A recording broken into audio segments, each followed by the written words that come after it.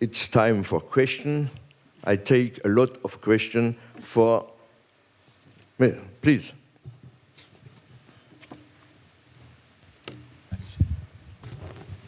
Mr. Woyke, I thank you for your beautiful presentation of beautiful things. But in this context we are here, I have to put a question mark behind.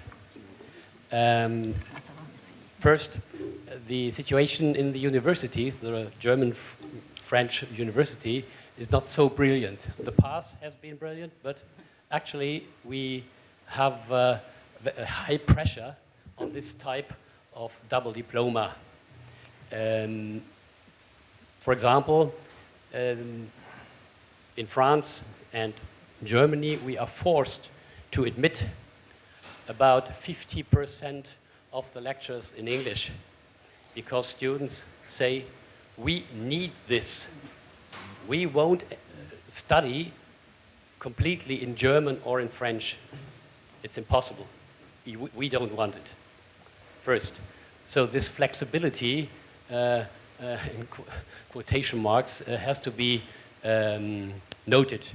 Second, the situation in the high schools, gymnasium and lycée, is not beautiful at all. This is a situation of preoccupation, in my opinion. The pressure coming from the English language is extreme, and even if you have, for example, in universities, exchanges, I don't believe that the simple fact, not the German-French university, but generally the exchanges, do not automatically produce cultural understanding. If we have 20 weeks we pass, which is a semester more or less, in another country, what does this mean? I have the experience that this has more or less a tourism character. I'm very critical, I say. I know it. But we don't have to be too optimistic in believing in an automatical cultural understanding. And third, in this context, we have to see that all these initiatives you mentioned have been highly subsidized. It's an extremely artificial context, which is in no case a good example for other countries. They don't have this money. It's impossible. So I'm more than skeptical what we can learn from the French-German case. This is my contribution to your presentation. Thank you. Thank you. Another question, please.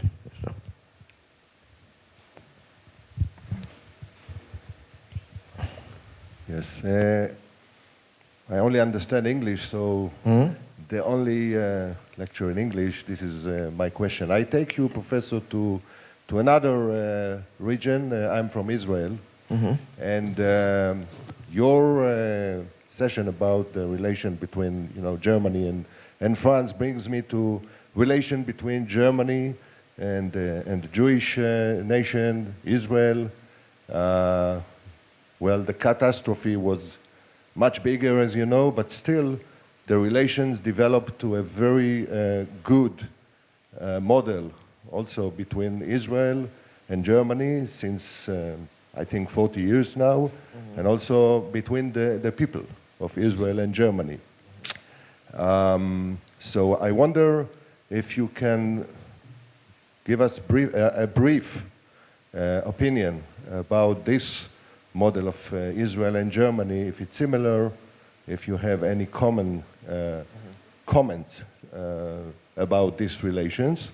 And then it brings me to another world between the relations of Israel and our neighbors. As you know, we signed a peace agreement with Egypt 37 years ago, but still the relations are very cold. Just lastly, there was an incident in Egypt where a parliament member in Cairo, in Egypt, was taken to some kind of punishment process because he was daring to meet the Israeli ambassador in Egypt. And so I wonder why the relations between Egypt and Israel are so cold. And you know, the last war was in '73. You cannot compare what happened between Egypt and Israel to what happened with Germany and the Jewish nation, and still it's a big difference. So maybe you can comment about it too. Thank you. Thank you. Another question, please. In the phone.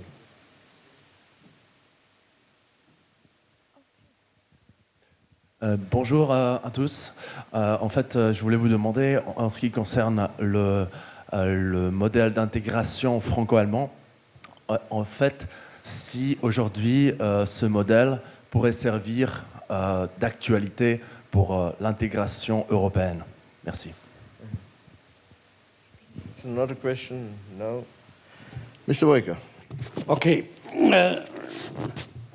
Concerning the English language, you are right that the English language is dominating more and more the international cultural sphere, but that's quite natural. Nevertheless, we have enough applicants in the Franco-German degrees who want to study as concerning as social sciences, political science, as I know the 4 different German universities, it's okay.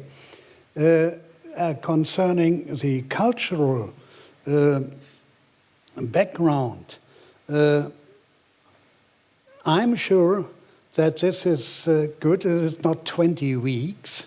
It's, in my case, of my institute, with the Institut d'études de Lille, it's 2 years that our students spend 2 years at a French, in a French sphere, and that is really a good manner for learning different cultures.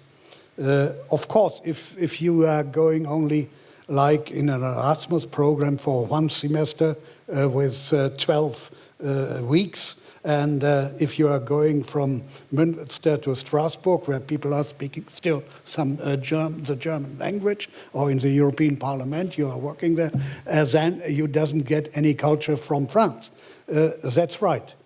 But concerning the programs with a stage of at least 2 years in the other country is giving much support for the different cultures. Yes, this was the question of the model. The German Franco University shouldn't be a model for the other ones. No, that was not the question. The Franco-German model or the Franco-German University is only a big part of civil societies are working together between Germany and France. That is my point. The model is the Franco-German reconciliation and the cooperation. And there I can give an answer to you. I taught in Israel too, at the university in Jerusalem, in Tel Aviv, and in Amman, and in Jerusalem at the Al-Quds University. And we made a program which was made by the former German, by the former Israeli ambassador in Bonn, I miss the name actually, and the former president of the land North Rhine-Westphalia. And they developed a degree program for Israeli students, for Palestinian students, and from Jordanian students. And in the first year, there were going 2 professors from North Rhine-Westphalia to these 3 different universities in the Near East. And in the second, they came to the University to Düsseldorf, where they made their master. And the topic the topic was European integration, because about international politics we couldn't have managed a diploma degree, but about European integration, and especially the model of Franco-German cooperation as a possibility for the cooperation in the Near East. This was really fascinating when I was teaching at Al-Quds, that students who were against it in first, after the course said, okay, this could be an idea for our cooperation too.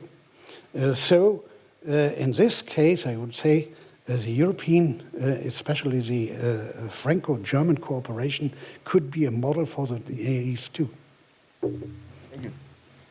Madam Wassenberg? Maybe on the question of Israeli border regions, in my research on European borders, I found out that each border's got a different, is a different type, and the neighbors are always very different. It's a very specific situation of each border and the territories and the neighbors concerned. And so if you're looking for solutions in cross-border cooperation, you can take models like the Franco-German model, but maybe you cannot really take the model as such for different regions, especially such border regions as Israeli border regions, and you do have difficult relations with Egypt, but there's also the Palestinian case, and if a border becomes a wall, it's always difficult to have reconciliation. And so you would have to look for your own ways of establishing a good neighborship relationship with your with the Israeli neighbors, and I think the German-Israeli reconciliation process is something different when comparing to border relations, because it's not between two neighbors. It's difficult. It's a different process. Et peut-être la dernière réponse au modèle de la coopération franco-allemande. Le modèle de la coopération transfrontalière est souvent mis en avant comme voilà, le modèle la micro-intégration comme modèle pour la grande intégration européenne. Mais il faut être très prudent avec cette rhétorique, parce qu'une coopération transfrontalière peut être un modèle d'intégration, mais si vous regardez en détail tout ce qui ne va pas, ça peut être aussi un modèle pas de désintégration, mais de ce qui ne marche pas dans la construction européenne. Donc il faut être très... ça peut être à double tranchant de mettre les régions transfrontalières en avant pour montrer la belle réussite de l'intégration européenne. Oui, beaucoup de choses ont été dites, juste un mot. Il ne faut peut-être pas oublier que les Français et les Allemands s'y sont repris à 3 fois avant de réussir, 1871, 1918, 1945. Donc ça laisse de l'espoir pour les autres. Merci, thank you. We make a short coffee break and in a quarter of hour, it's the beginning for the second session. Okay, thank you.